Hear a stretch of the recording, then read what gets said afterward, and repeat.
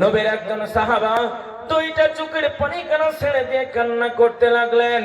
আল্লাহর নবী ডাক দিয়ে বললেন, ও নবীর সাহাবা, কান্না করো কেন, কান্না করো কেন, তোমার কান্নার কারণ কেন কি বলো? নবীর সাহাবা বলে, হুজুর গো, আমার জীবনে এত গুনাহ, এত গুনাহ, এত গুনাহ, আমার জীবনের গুনাহ কানা কি মাফ হবে? আল্লাহর নবী বললেন, ধৈর্যের সঙ্গে তওবা করো, তোমার জীবনের গুনাহ মাফ হবে। নবীর সাহাবা বলল, হুজুর গো, আমি জীবনে এমন একটা পাপ করেছি, আমার ভাইরা সময় বড় সংকীর্ণ, আমি আপনাদের কাছ থেকে বিদায় নেব। তার আগে আমি আপনাদের কাছ থেকে জানাতে চাই, ইসলাম কখনো সন্ত্রাসবাদীকে সমর্থন করে না। ইসলাম হলো মানবতার ধর্ম, ইসলাম ন্যায়, ইসলাম শান্তি, ইসলাম মানুষকে আদর্শ শিখিয়েছে। এমন একটা সময় ছিল যখন মানুষদেরকে জীবিত পুঁতে দেওয়া হতো, নারীদেরকে হত্যা করা হতো। ইসলাম সভ্যতা বলে কেমন করে সভ্য দিলেন? নবী বললেন, সাহাবা, ঈমানের সঙ্গে ধৈর্য ধারণ করে তওবা করো, আমার আল্লাহ তোমার জীবনের গুনাহ মাফ করে দেবে। আল্লাহর নবীর সাহাবা বলে, হুজুর, যখন আরবের জমিনে জাহিলিয়াতের সময়, বর্বরতার সময়, মানুষের মধ্যে ন্যায় ছিল না, নিষ্ঠা ছিল না, অন্যায় অভব্য আচরণের মধ্যে মানুষটা পতিত হতো। ইয়া রাসূলুল্লাহ, ইয়া হাবিবাল্লাহ, এইরকম অবস্থাতে আরবের মানুষরা নারীদেরকে অপয়া মনে করত। নবী গো, আমার স্ত্রীর পেটের মধ্যে একটা সন্তান ছিল, আমি ব্যবসা করতে ভালোবাসতাম, ব্যবসার কাজে বাইরে গেলাম, আমার বিবিকে ডাক দিয়ে বললাম, বিবি, তোমার পেটের ভিতরে যে সন্তানখানা রয়েছে, ওই সন্তানটা যদি পুরুষ সন্তান হয়, বিবি গো, সোনার বাক্সের মধ্যে সন্তানটাকে রেখে দেবে, আর যদি সন্তানটা নারী সন্তান হয়, গলা টিপে তুমি সন্তানটাকে হত্যা করে দেবে। ও রাসূলুল্লাহ, এই কথা বলার সঙ্গে সঙ্গে আমি যখন বাইরে চলে যাই, দিন আসে, দিন আসে, রাত আসে, রাত আসে, একের পর একদিন যায়, রাত আসে। হুজুর গো, এমন করে বছর খানেক যখন হয়ে যায়, আমি বাড়ির মধ্যে প্রবেশ করে নিই। দরজাটা যখন নাড়া দিলাম, দরজাটা নাড়া দেওয়ার সঙ্গে সঙ্গে আমার কলিজার টুকরা, আমার বিবি আমার জন্য দরজাখানা যখন খুলে দিল, আমার বিবি এত সুন্দর করে সেজেছে, সুন্দর করে সাজুগুজা করেছে আমার জন্য। তার কারণ খানা হলো, কতদিন পরে আমার স্বামী বাড়িতে আসবে। ওগো আমার মা, আপনাদেরকে বলবো, স্বামীর জন্য সাজবেন, খবরদার বাইরের লোকের জন্য সাজবেন না। আমি মরাদিগের মায়ের কথা বলতে পারবো না, আমাদের নদিয়া জেলার যত মা আছে, বাড়িতে থাকে ফকিরের মতন, রাস্তায় থাকে রানীর মতন, ঠিক কিনা জোরে বলে? ঠিক বললাম না বে? ঠিক। যত আলতা সুনু পাওনা না স্যার, বাড়িতে যদি একদিন বাজার করতে আপনি ভুলে যান, বলে আমার 36 বছরের জীবনটা জলি পুরি খাকসার করে দিল। ঠিক বললাম না ভুল বললাম? আমার মায়েরা, স্বামীর কাছে সাজবেন, স্বামীর কাছে যদি আপনি সাজেন, আপনার সাজা কেন? আল্লাহর নবী বললেন, একজন মা যদি, একজন নারী যদি তার স্বামীর কাছে সাজা গোজা করে, তাহলে আমার আল্লাহ তাআলা তার সাজখানাকে নফল ইবাদতের মতন রেখে দেবে। জোরে বলা যায় না সুবহানাল্লাহ? সোনামানিকেরা, তরুণ যুবক নওজোয়ানেরা, হযরতে তাইহাতুল কালবির বিবি সুন্দর করে সাজা গোজা করেছে, স্বামী আজকে বাড়িতে আসবে, কতদিন স্বামীকে দেখে নাই। এমত অবস্থাতে হযরতে তাইহাতুল কালবি বিবিকে ডাক দিয়ে বলল, ওগো প্রাণের বিবি, একটা কথা তোমার কাছে জানতে চাই। বিবি কান্না করে আর বলে, স্বামী গো, কি এমন কথা আপনি জানবেন, তাড়াতাড়ি করে বলুন। স্বামী ডাক দিয়ে বলল, ও প্রাণের বিবি, তোমার পেটের ভিতরে যে সন্তানখানা ছিল, ওই সন্তানটা নারী সন্তান হয়েছে নাকি পুরুষ সন্তান হয়েছে? হযরতে তাইহাতুল কালবির বিবি কথাটা শোনার সঙ্গে সঙ্গে দুইটা চোখের পানিখানা যেন ছেড়ে দিয়ে কান্না করতে লাগলেন, আর বললেন, স্বামী গো, আপনার আমানত খানা আপনাকে দেখাতে চাই, মেহেরবানি করে আপনি ঘরের মধ্যে প্রবেশ করেন। আমার ভাইরা, যখন হযরতে তাইহাতুল কালবি ঘরের ভিতরে প্রবেশ করলেন, লক্ষ্য করে দেখতে পেলেন, রে বাবা, ঘরের ভিতরে যেন একটা ফুটন্ত গোলাপের পাপড়ের মতন সুন্দর একটা ফুটফুটে কন্যা সন্তান, যার নাম রাখা হলো জামিলা। জামিলা কথার অর্থ হলো সুন্দরী। ডাক দিয়ে বলা হলো, বিবি গো, এই সন্তানটা কার সন্তান? বিবি কান্না করে আর বলে, স্বামী, এই সন্তান খানা তো আপনার সন্তান। হযরতে দাইহাতুল কালবি ওই সন্তানটাকে কোলের মধ্যে তুলে নিল, তার গালে চুমা দেয়, তার কপালে চুমা দেয়, এমন করে যেন দাইহাতুল কালবি পাগল দেওয়ানা হয়ে গেলেন।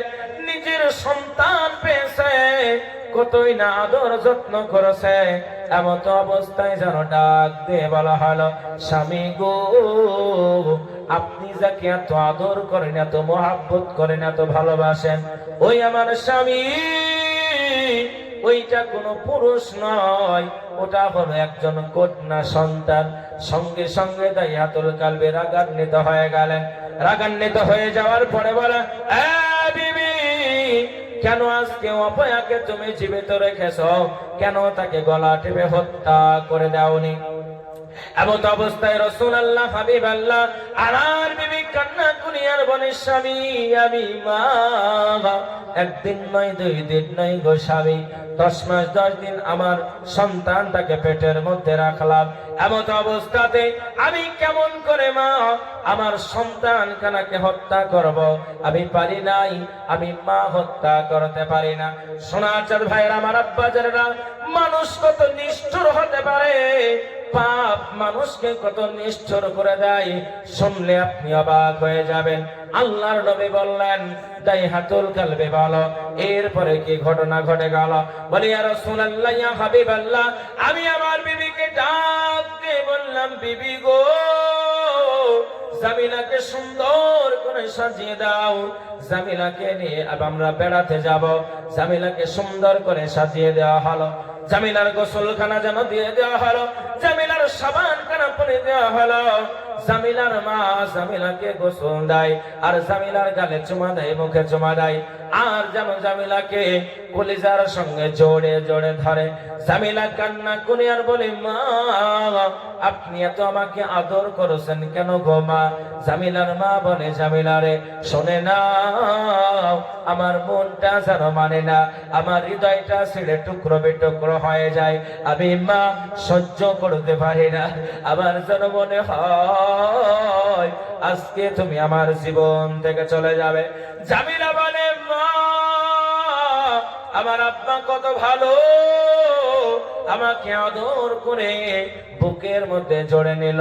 মা গো, আপনি কান্না করবেন না, আব্বার সঙ্গে বেড়াতে যাব।